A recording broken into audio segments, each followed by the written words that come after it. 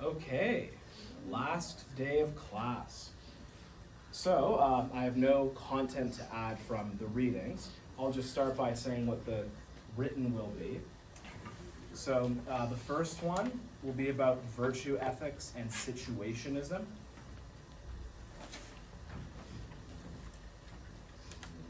The second one will be about the two main theories of moral responsibility.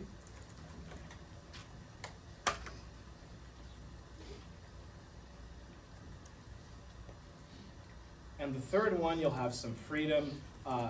You have to present two arguments that relate to compatibilism. It can be two arguments for, two arguments against, one for, one against.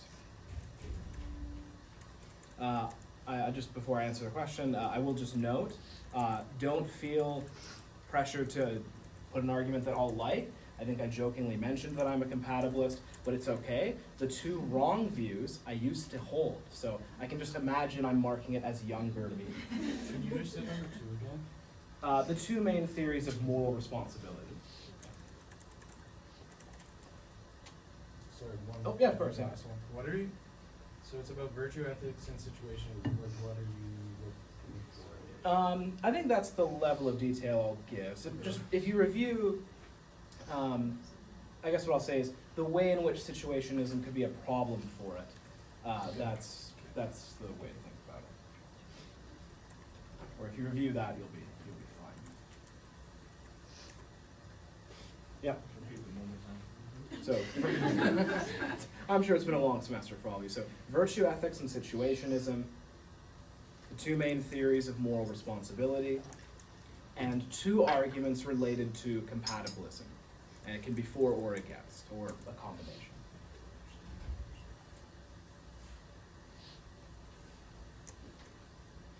Okay, so, as I say, I have no other new content, so the rest of the time belongs to you all. What questions do you have about Unit 4? That second last reading you did, what was the judging the competition for?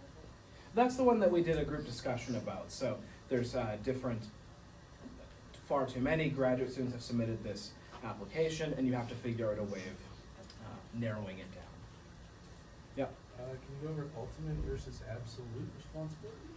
Also, it's the same thing. So I think they're just synonyms. And what those terms are kind of gesturing at is the kind of moral responsibility that Sam Harris thinks we need to have.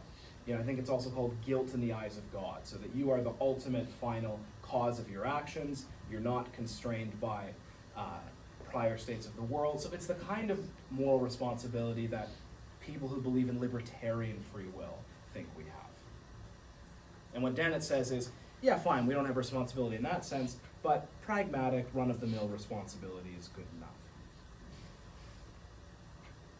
Yep. Does that kind of free will mean that you have something that is not caused, like an uncaused action? Yes, that is typically it's linked up with belief in a soul, though not necessarily, but yes, the self, or the soul, or whatever, has to cause an action in a way that's not causally constrained by the past. Okay, so Yep. I'm wondering if you can make, so when we talked about psychological egoism way before, one of the arguments against it was that it was defining selfishness in like a tautological way, where it's like the satisfaction, or that your desires are to satisfy your desires.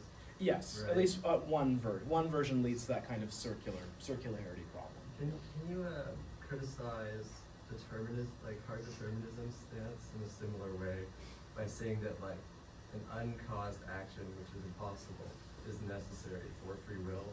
That like, well, that doesn't make any sense to make something impossible prerequisite free will. Yeah, so one thing you could say so the hard determinist and the libertarian agree on what free will is, or on what it would have to be in order to exist. And you could say, well, to the hard determinist, you're defining it in such a way that it almost certainly doesn't exist. I guess all I'd say is, well, at least some serious philosophers think it does exist. So it is there is a concept there that many people believe in. So maybe you could say that in defense of the hard determinist, but it's a fair point to bring up against hard determinism. Yeah. Just a clarification, so then is situationism the empirical challenge to virtue ethics? Yes. Merry Christmas. Sorry, Yeah. can you just repeat? Yeah, situationism is the empirical challenge, or I should say is an empirical challenge to virtue ethics. And then do we need to know about individualist cultures and collectivist cultures? If it's on the key terms, it's fair game. Unless I explicitly said that it's not Can you go covered. over those? Yeah, so this is probably the most important distinction in cultural psychology. So individualistic cultures are ones that emphasize the uniqueness of individuals. So the kind of good life is striving to achieve your unique potential. In collectivistic cultures, what's important is abiding by the norms and expectations of your family and your community. That's like kind of first path. There's other nuances, but Thank you. I think I saw. Yeah. So when you're talking about theories of moral responsibility, is that like the roots of them from like the genes? No, so it's chapter 10. So chapter 10 has like, there's a whole section on each, so 2 theories of moral responsibility. And I think I saw a hand over here. Yeah, Bystander effect? yeah, so this is just the one sentence answer is, the more people are present during an emergency, the less likely it is that anyone will intervene.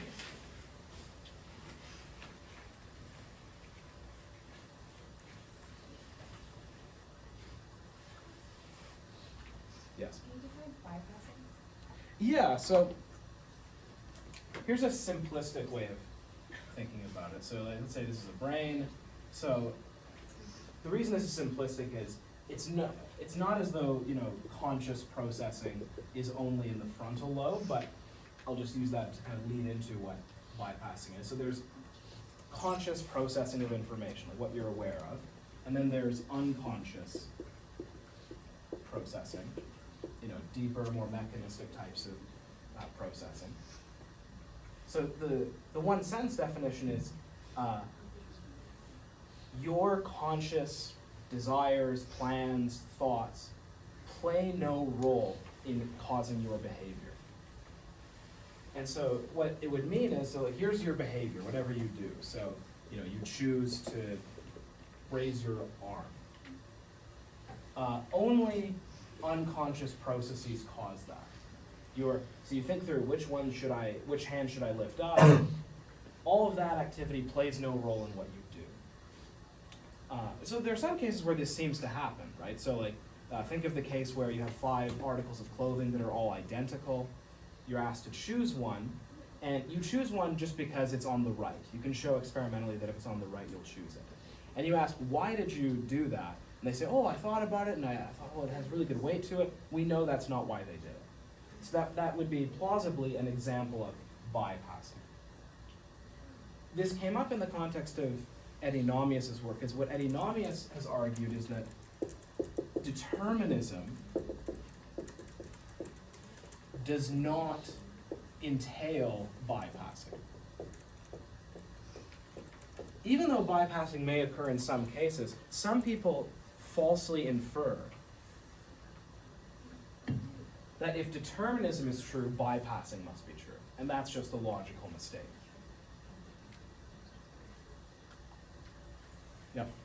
The example you gave with the 5 articles of clothing, that's confabulation, right? So it's confabulation too. So the confabulating is, yeah, you're saying that the reason is because of the weight of the fabric or whatever. That's not why.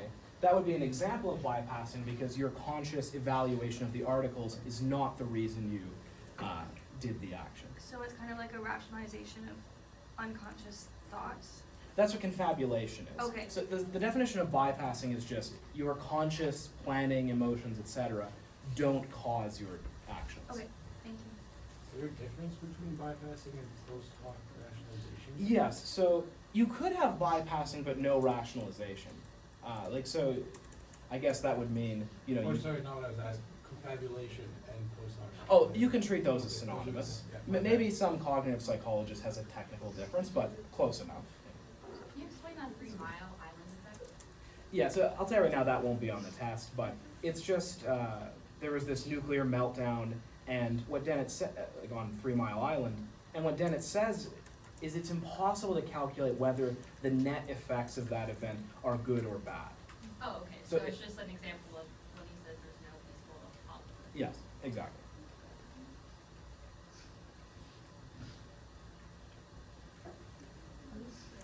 General factor versus. Good, so uh, so you do factor analysis, so you try to look at the pattern of correlations between test items, in this case, personality items. And so you have the big five. That's not good. So you have openness, conscientiousness, extroversion, agreeableness, and neuroticism. And you can extract one factor that positively correlates with the first four, but negatively correlates with neuroticism. So this one factor is associated with being, so a person who is the highest on this general factor would be high on openness, conscientiousness, extroversion, and agreeableness, but low in neuroticism. And then the paper that we saw argues that that factor is very strongly correlated with resilience. No. Can you go over the manipulation argument again? Yeah, so the brief version would be, if someone manipulates you into making a decision, that decision is not free. So, like if someone tickles your brain or something, causes your nucleus accumbens to give you the sensation of liking something, for example. So that's the first part. So a manipulated action is not a free action. And the other premise, and this is the more controversial one that Dennett argues against, is that from the first person point of view, there's no difference between a case of manipulation and a normal choice. And so if the manipulated choice isn't free, the normal ones aren't either. That's the brief, zoomed out version. Yeah. I just had a question about the last Dennett reading. Yeah. He argues against the ontology by saying that you can't choose between, there's like an infinite number of maxims that you could consider. Is he saying that there's no rational way to decide which maxims to choose, or that there's just no way to objectively decide? So those are pretty similar. So yeah, I think he's saying there's no rational procedure, certainly not one analogous to science or mathematics, that can show, no, these are the right axioms we should endorse. Now, you can disagree with that, but that's roughly what he's arguing. Yeah, go ahead. Would reflective equilibrium be like a rational way to figure out which Yeah, that's a good question. So someone could object and say, well, we have this perfectly good thing, reflective equilibrium. I think he does mention reflective equilibrium and say, at the very least, it has not succeeded at narrowing us down to a set of axioms that everyone can agree on. But someone could push back and say, hey, just give us time. If we use reflective equilibrium long enough, we'll find the best principles. As always, you don't have to decide whether you agree or disagree with any reading. Yeah. Can you go over the Frankfurt case? Good. So this is a response to the idea that free will requires genuine alternatives.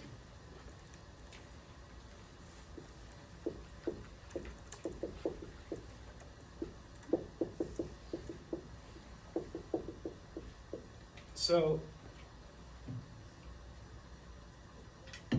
think about how the compatibilists conceive of free will. They think that free will is just the ability to, think about your decisions, evaluate your beliefs and desires, and then come to a decision.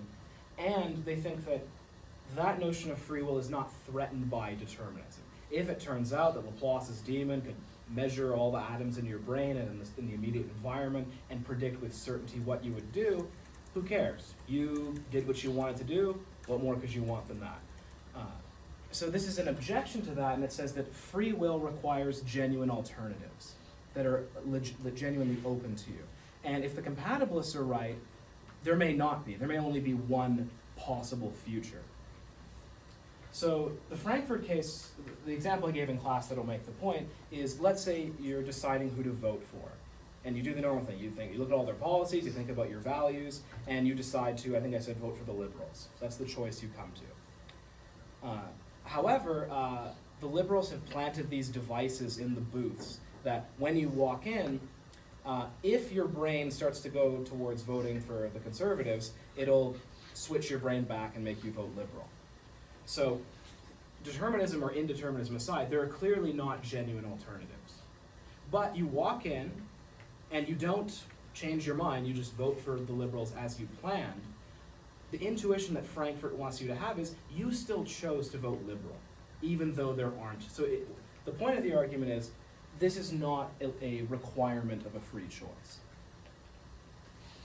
Again, you can agree or disagree, but that's the point of the argument.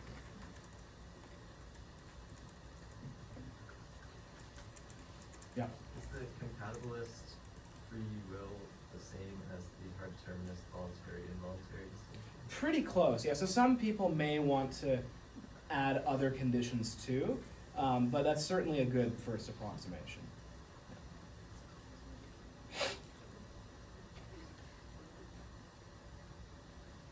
Yep.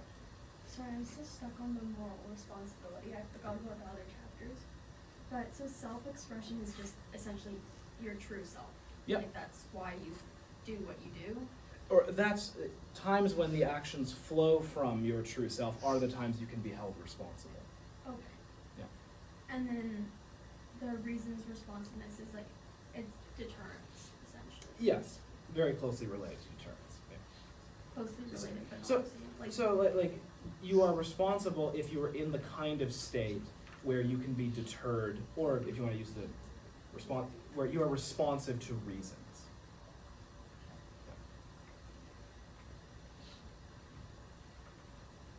So this would be, why we don't do things like, someone who's, lost their mind, who's schizophrenic and is, thinking they're fighting a demon, they're not in the kind of state that can be deterred by punishment. They're not rational.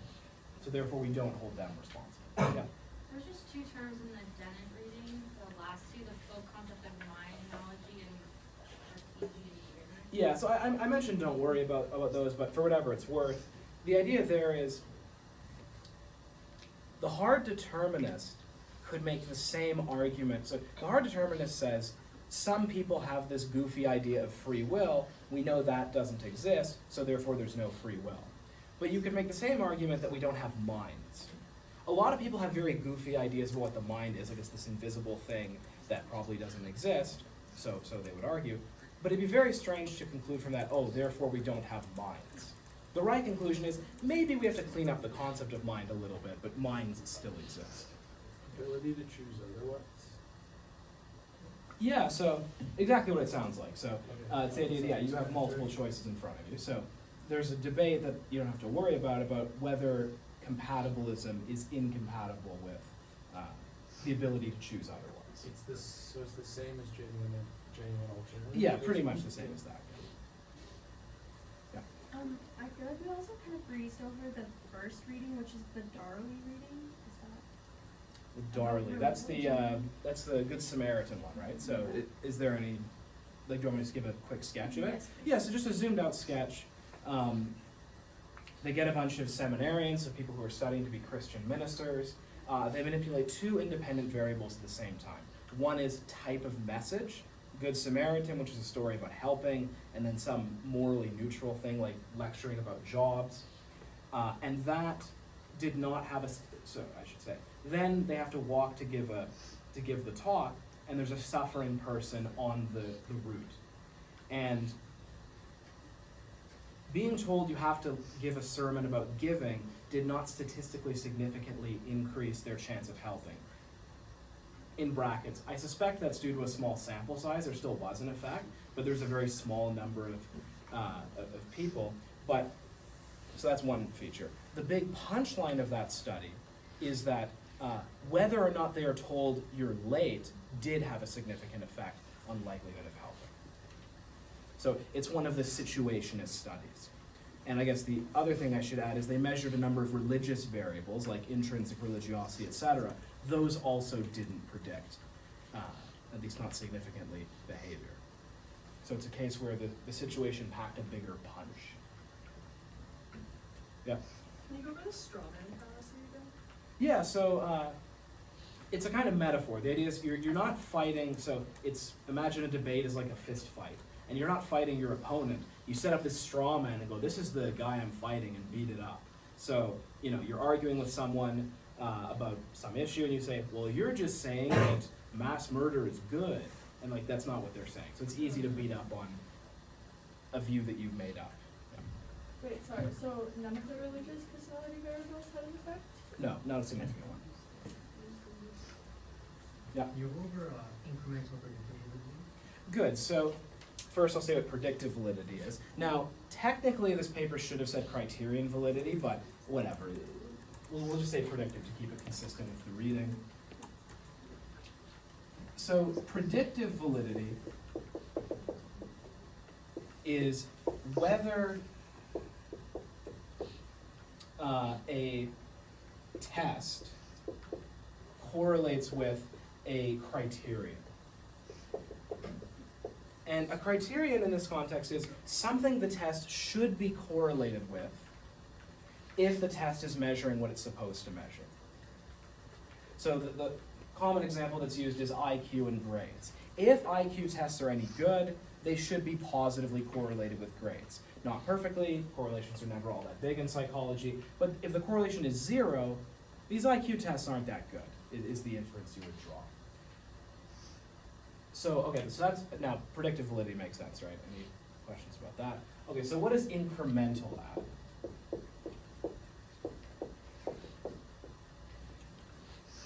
Incremental validity is, let's say there's 2 different tests, and let's say, test 1 is already really well validated and widely used, and there's some new test, test 2. Does test 2 correlate with the criterion after controlling for test 1? So the context in which this comes up is the implicit association test, which is supposed to measure kind of unconscious bias. In that context, it was, does the implicit association test correlate with various things it should correlate with when you control for people's explicit prejudice? If it does, so let's say, so you measure it, hey, how sexist are you, 1 to 7 or whatever. And that does correlate with various outcomes that it should correlate with. So you control statistically for that, and then you measure their implicit association. If the implicit association test isn't explaining any extra bit of variance, well, who cares? Why do this goofy procedure for measuring it when you can just ask people?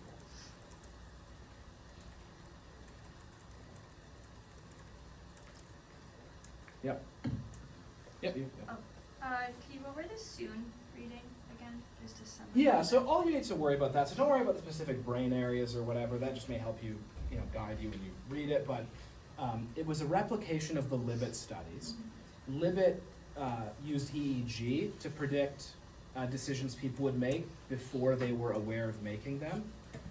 Soon did the same thing with fMRI. So he was able to get a statistically significant prediction earlier than Libet could, because the fMRI gets more of the brain. Something like 60% accuracy, many seconds before the felt awareness of making a decision. Yep. Is that the binary decision option? The soon one, yes. Libet in the early ones was just flex your hand or don't, not 2 choices. I think he may have also done some with binary, but the soon one's a binary choice. Yeah. Sorry, not to go back to the Yep. Frankfurt cases, but you mentioned that this isn't a requirement of a free choice. I'm still confused as to what's not the requirement, genuine alternatives? Yeah, genuine alternatives. That's the point of the Frank. So the genuine alternatives idea is a criticism of compatibilism. It's saying free will requires genuine alternatives. Those don't exist if compatibilism is right. And what the compatibilists through the Frankfurt cases are saying is genuine alternatives is not a requirement of free will. Yeah. What's the judging and competition part? Just the case we discussed, like the, you have to evaluate the $250,000, yeah, that one. Can you explain social psychology as a threat to free will? Good, so this is, comes again from Eddie Nomius. So Nomius thinks that determinism is irrelevant to free will. Determinism may or may not be true, see quantum physics, but it's not relevant to whether we have free will. But some studies in social psychology could potentially be a threat to free will if things worked that way all the time. So I'm thinking of cases like the articles of clothing case, where you make a choice for a reason that you're not aware of, or for a reason that you wouldn't endorse. In a podcast Eddie was once on, he gave the example of, if someone could show me that I only married my wife because she has the same, her name starts with the same letter as my mom, and I think, it's because, we share values and all this, but that's all confabulation. That would mean, in a certain sense, I didn't make that choice freely, because it's not the kind of cause that I, upon reflection, endorse. It's perfectly fine if my actions are caused, but they should be caused by causes that I endorse.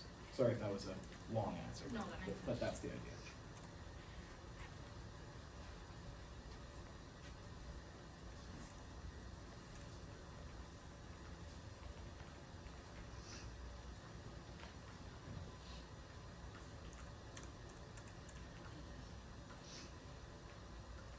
Yeah. So I have a question about compatibilists versus or determinists. Do they disagree about implications of their theory for the ethical implications of their theory? So, like when to punish, for example. They often do. So there may not be a necessary connection, but hard determinists are more likely to recommend more extreme changes in things like criminal justice. Because they look, no one's responsible for what they do, no decision is free. So now some compatibilists may say that too, because they still agree we don't have this kind of ultimate freedom. But based on people I've heard, that's often what you find. But I don't think there's a necessary connection. Yeah. Can you go over unity of the virtues? Yes, this is something that Aristotle posited. Aristotle thought that the virtues were, in some sense, unified, meaning they are correlated or go together. And I suggested that the resilience paper we read could be seen as consistent with that idea.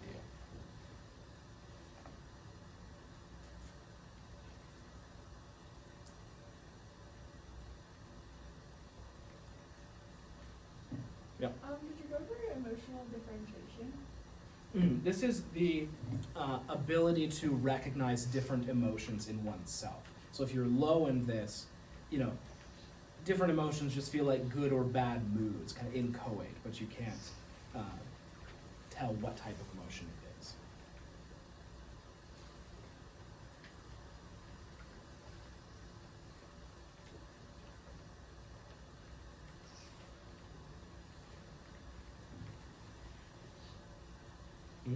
May you please go over the Milgram studies? Yeah, this is that famous. So it's another kind of situationist study. This is the one where, people. Actually, I don't know if I talked about it in class, but yeah. So people are brought into the lab. They are told to electrocute this person whenever they get an answer wrong. And as I'm sure you all, does anyone remember what in the condition where the person getting electrocuted is far away? What percentage of people go all the way to the end? It's like a big punchline in intro. In Milgram? In Milgram. Isn't it 2/3? Yeah, so it's about 2/3, so mid-60s%. So that's the big punchline. So the effect of an authority telling you to do something is very large. So in the control condition, it's just some other participant telling you to do it, and then you get very low rates of obedience. But the punchline that's relevant to the situationist versus virtue ethics debate is personal characteristics played almost no role. So things like gender, education level, religiosity, political orientation, little to no association with how much people electrocute the other guy. It's just authority. So, well, some other variables matter too. So another situational variable that matters is how far away they are. That doesn't often get talked about in intro, but he manipulated a number of things, but all of which played a role. But measured personal characteristics didn't matter much at all.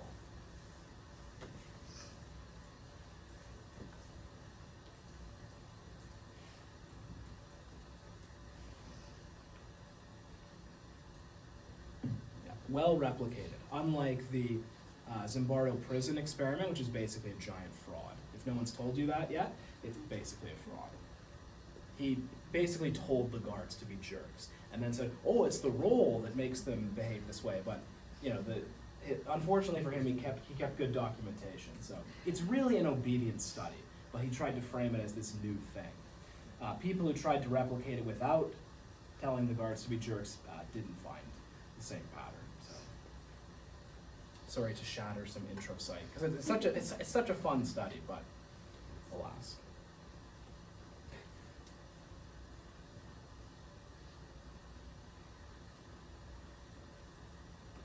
Yep. Did you go over agent causation again? Yeah, so I think that's another one I said don't worry about. It's in the Dennett reading, but basically the same thing as libertarian free will.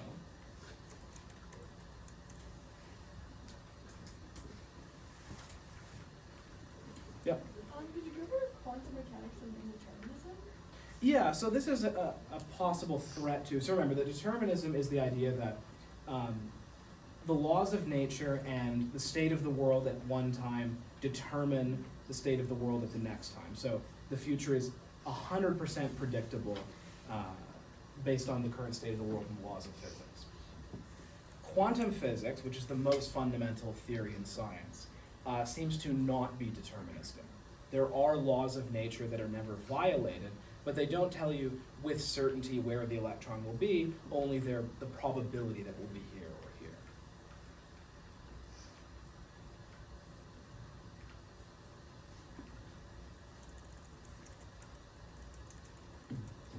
Yep. Discuss asymmetrical freedom.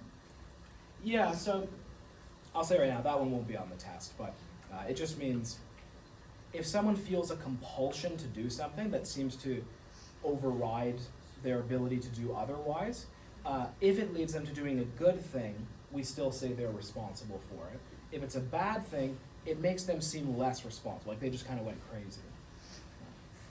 Yeah. How important are examples of virtues? Like, I understand that there's like the two sides to them. Like, we talked a lot about courage and like cowardice and recklessness, with Mhm. like the two ends of it. But like generosity and humor are those. I would say it's good to understand how the golden mean applies to them. So in all those cases, the idea is, yeah, you want to be in the middle. And so you don't want to have a vice of deficiency or excess. So like for generosity, which I don't think I talked about, yeah, a vice of excess would be like, you just go full Peter Singer and you just give away everything you have till you're hungry yourself. Not many people do that. It's a very rare vice of excess. But in theory, that would be what that is. And pretty easy as you would a vice of deficiency would be, right, if you're stingy. Is it important to know any exceptions? Like, I know we kind of had a class discussion about what No, so I won't test you on exceptions, because I don't even remember for sure what they are. I'm sure there are some he talks about, but it's been a while since I read the ethics. Yep. Is my last one. At the end of chapter 11, there's fame in the brain. Oh yeah, don't worry about that one. Yeah, so that one won't be on the test. If you want to know, you can watch the 405 lectures.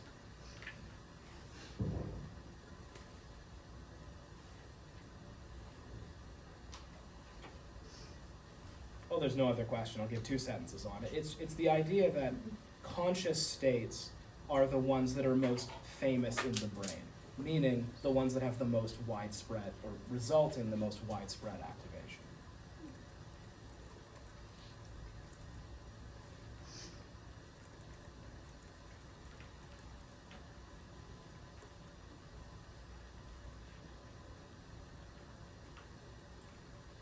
Okay, Okay, you are all Unit 4 experts.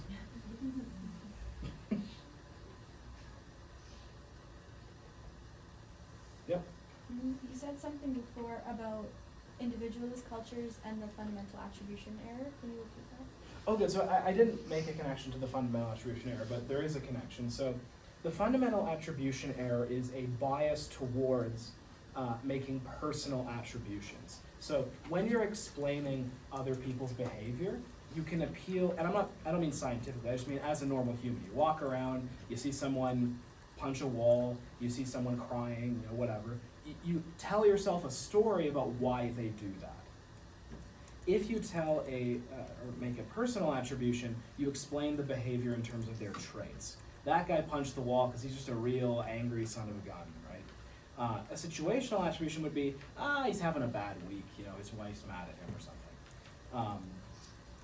The fundamental attribution error is a well-documented bias towards making personal attributions. So all else being equal, the default is explain behavior in terms of traits. But attempts at cross-cultural replication have found that this bias either doesn't exist or is reduced in collectivistic cultures.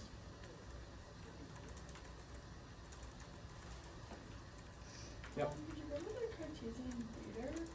Yeah, that's so for Dennett, there's only a few terms you have to worry about, but again, questions aren't rushing in. I'll just say that it's the idea that there's kind of a spot in the brain or a theater where the self is and where the show is presented. It's a very tempting idea that Dennett says is false. There's no such place.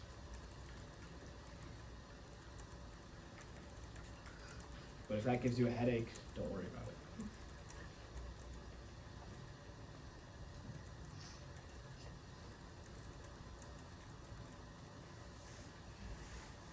Okay. So maybe some of you are shy about asking in front of the camera, so I'll just stop there, but I'll sit around if you want to ask questions. But you're free to go if you have no others. See you on the test. See you at the test. Good luck. And if I don't see you after the test, good luck with life.